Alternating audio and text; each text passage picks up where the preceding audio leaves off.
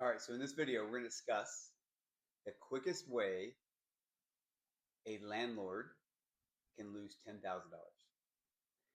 We're going to go over how we as a property management company manage the application process and how, as a landlord that's doing this yourself, this can be one of the biggest mistakes, one of the easiest ways to mess up and put a tenant in the property that doesn't pay rent, that needs to be evicted, that kind of stuff, right?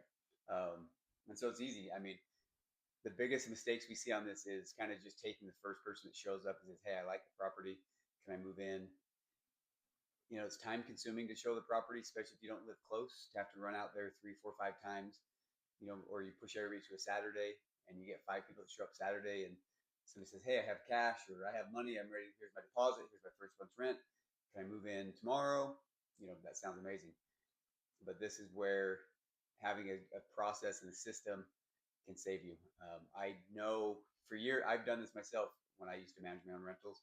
Again, I had a rental property in Utah, which I still own, and I remember doing my own showings. Again, I worked a full-time job, and I was trying to manage this property myself. And I would go do showings, and somebody, you'd go through 4, 5, 6 showings, and maybe 3 people didn't show up, and you'd get somebody that actually fill out the application and give you photo ID and some documentation. You're thinking, people that don't give you this if they're gonna try to scam you, right? And I learned my lesson that trusting people at their word is difficult. It's also time consuming to call their landlord. It's time consuming to verify their pay stubs, all those things. The systems have now improved a ton since then with Zillow and different ways that you can now, as a small landlord, do this kind of stuff and do these credit checks. But still, it can be time consuming and setting that process up and paying the cost, all that kind of stuff. So today we're going to discuss how we as a property management company handle this, um, and how you as a landlord can follow these steps and have better screening, do a better job at making sure you're picking your right tenants. Because again, the wrong tenant in the property can cost you thousands of dollars. So first, one thing we do before we ever show a property is we do pre-screening. We want to make sure when we go and meet this person at the property, we have a rough idea of who they are, what they're looking at. Do they actually meet our criteria? And so the first thing we're going to do on all of our listings, we're going to show and share our criteria. Do they make 2.5 times the rent? Do they have good rental history? No evictions in the last 5 years? No bankruptcy in the last 5 years? No criminal history that would affect them living in the property? That kind of stuff. So we just want to make sure they fill out this pre-screening and they give us a photo ID so we know who we're meeting at the property. What we found is there's some people that won't give you this information, and it's pretty basic information that they're going to have to give us anyways. And so if they're not willing to give us that before to even see the property, then it's not worth us meeting them. And so now we know when we get to the property, we have an ID from this person, and they've met our pre-screening criteria. The second thing we're going to do is once they view the property and they like it, we're going to have them fill out an application. This application's they can do it online. It's all the basic questions.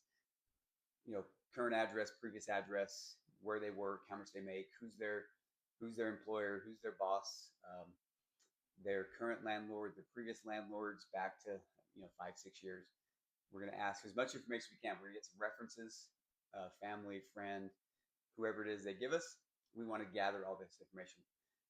Now, this stuff becomes important, especially down the road if something goes wrong, is to be able to have this information to call these people and see if we can help fix the situation.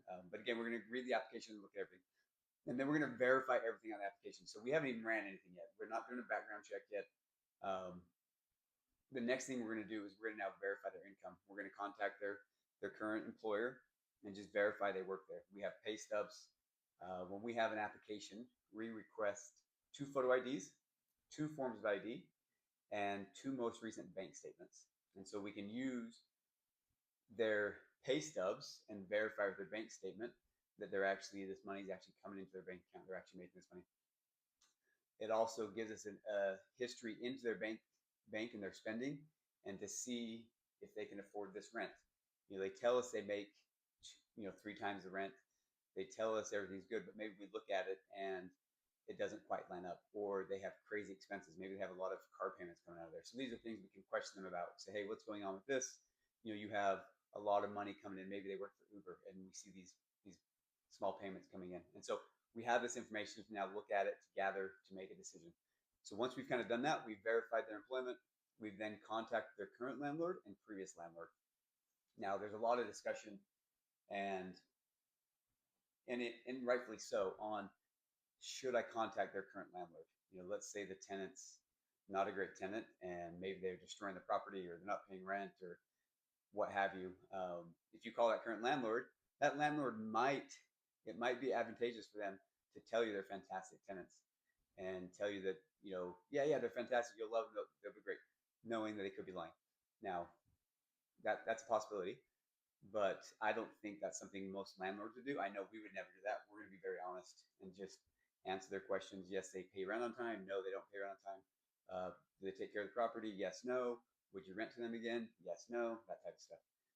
One other thing we find on this is if you do call these numbers, a lot of times, not a lot of times, sometimes you'll find that it is a number that maybe is a sibling or it just doesn't quite feel like it's a landlord. You're making this phone call and the person answers and they're very vague or they won't quite answer your question, or sometimes they're over the top, answering the act, this is so-and-so property management, how can I help you?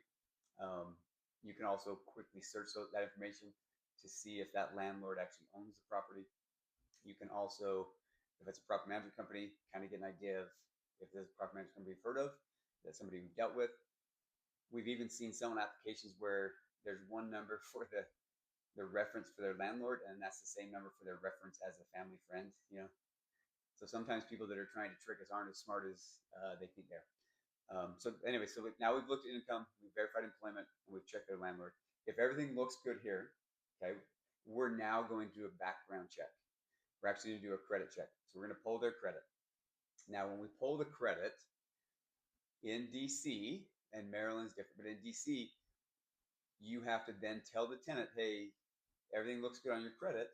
If everything checks out, looks good, and give them a pre-approval before you run their criminal. Okay, so right now we're looking at their credit. On their credit, we're not just looking at their credit score. The credit score can come back and be 300 to 800 or whatever those numbers are.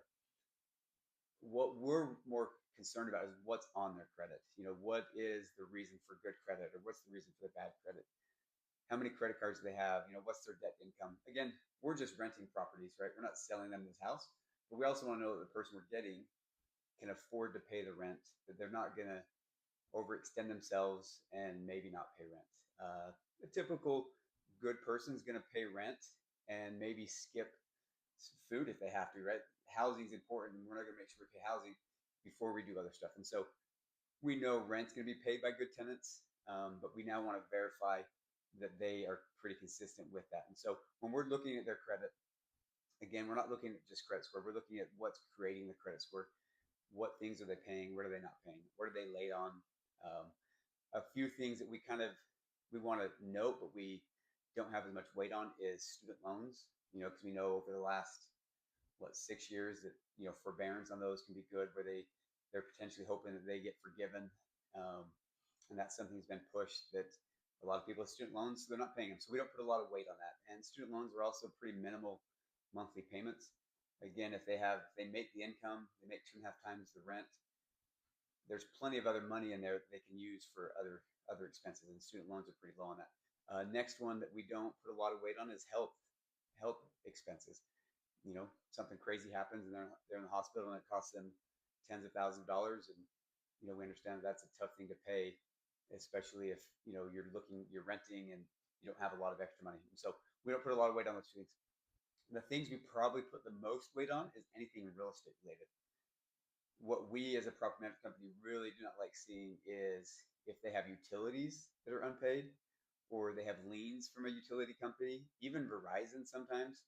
And I know that could be a cell phone, that type of thing. So we're gonna look into that. But if there's anything Pepco, DC Water, Howard County Water, whoever their water bill is, if any of that kind of stuff's there on a lien, that's something we really want to question and note. And so once we've kind of pulled this credit, looked at it, made a determination, hey, everything looks good. In DC, you now have to send them a pre-approval to say, hey, based on everything we've looked at, you would be approved for our property, but we're now going to pull your criminal. And what that is meant to do is, so you're not declining people just because they have a criminal history. If they actually have good credit and they're taking care of stuff, and something happened 4, 5, 6, 7 years ago where they got arrested or something, that's not the only reason you can decline them. And so I think that's fantastic. And so you want to send them that pre-approval. Now you want to make sure you state that clearly, that you're not fully approved. It's just you would be approved based on this step. Some systems, when you pull their credits, pull criminal together, and so you have to be very careful about the timing of those. Where ours, we pull credit, verify everything looks good, and then we're going to pull criminal after we send them the pre-approval. So once you pull the criminal, the thing we're looking for on there is anything that would affect them being a good neighbor in the property, basically. Honestly, in the 16 years of doing this, I can't think of something on criminal that was such a red flag that we wouldn't allow them.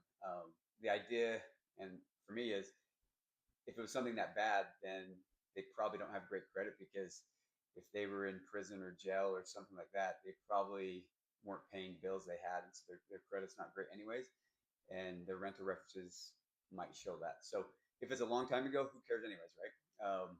The idea is they served their time, they've been forgiven, and so we shouldn't really focus on that. But there's definitely some things you need to look for there. All right, so the next thing we're going to look for is, now we're going to decide, the decision on this. And so we've pulled their credit, we've looked at their criminal history, we've checked their landlord references, we've checked their employment, we verify they make the money, we verify they can pay the bill, we verify they should be approved. If there's anything in this situation that is a reason to deny them, we would have done that. A lot of times, like I mentioned, that if we're pulling their income early and say they don't make enough, well, we're not even going to pull their credit or their criminal. We're just going to say, hey, sorry, you don't make enough income. You can get a cosigner potentially. That cosigner then has to fill everything out the exact same, and they have to understand that they're going to be potentially liable to helping with rent. And so we want to make sure that we are allowing cosigners, but also knowing that, hey, at this point, we're going to stop processing until we get that cosigner. So at this point, if they've gone through all this and they've checked everything out, they make 2.5 times the rent, there's no rental history issues, we contacted their current landlord, the previous landlord, we verified their income, we've looked at their credit, their criminal, there's nothing on there, we're basically going to approve these tenants. And so the way the approval works is we're going to send them an email, say, hey, thank you for applying, you are approved for this property, you have 48 hours to sign the lease and pay the deposit. In that email, we're going to send them a copy of the lease, so they have an idea of what that lease looks like, and they can read through it and ask us any questions. And then within 48 hours, we want them to sign that lease, which has an accepted starting date, has all the information in it, and then pay the deposit. Once that's done, we've taken that property off the market. And so we now have an approved applicant with a scheduled move-in date. We have a lease signed, and we have a deposit. And the day those tenants move in, we're going to take first month's rent in exchange for keys. Now, this process sounds pretty simple, and it honestly is, if you have all the tools and processes for this. But as a landlord doing this yourself, I understand it can be very, very time consuming, and it's easy. We're all good people. We trust people. And again, the hardest is somebody shows up and says, hey, I've got money, I'm ready to move in. And we want to help the person. They say, I want to move in tomorrow. That to us, that's why are they in such a rush to get out or to get in? What's going on? And that stuff we want to, it's okay to slow the process down, make them go through the steps, make them understand. We've had people say, hey, I'll pay a whole year's rent. That's awesome. But we still want to make sure we know who you are. Now, another important thing about doing all of this is, if something happens, say they lose their job, or there's this, health issue, or there's unfortunately a death or something, you want to make sure you have all this information to actually do an eviction and have the correct information, know who's living in the property, know how many occupants there are, all those types of things. You want to make sure you have this all documented. And so I should have mentioned this earlier, but anybody 18 and older has to apply. And so even if it's, myself moving in and I have a 18-year-old son that lives with me, that son still needs to apply and still pay the application fee, because we want to know everybody that's living in that property. We want to know their history, their credit score. My son could be, somebody maybe way over expends, and then all of a sudden I'm helping my son, all that kind of stuff, right? So we don't know what could happen. We just want to make sure we do all the correct things. So if the worst case happens, we're in a situation where we can protect ourselves. We're in a situation where we can start the process for the eviction correctly with the right information and to help that move along. So again, the biggest common mistakes we find is you skipping the phone calls to landlords because, what does this landlord mean? The previous landlord. Just making those phone calls can answer a lot of questions. We also see people kind of bending their own rules, like, okay, they make 2 times the rent. I look at their income and their expenses, and they're pretty frugal. They don't spend a ton of money. Okay, but I still recommend that you have a cosigner. And then really just, it's time consuming to show properties, and so getting the first person that shows up that's nice, that cares, that looks like they're going to be good tenants, and just accepting them without doing all this.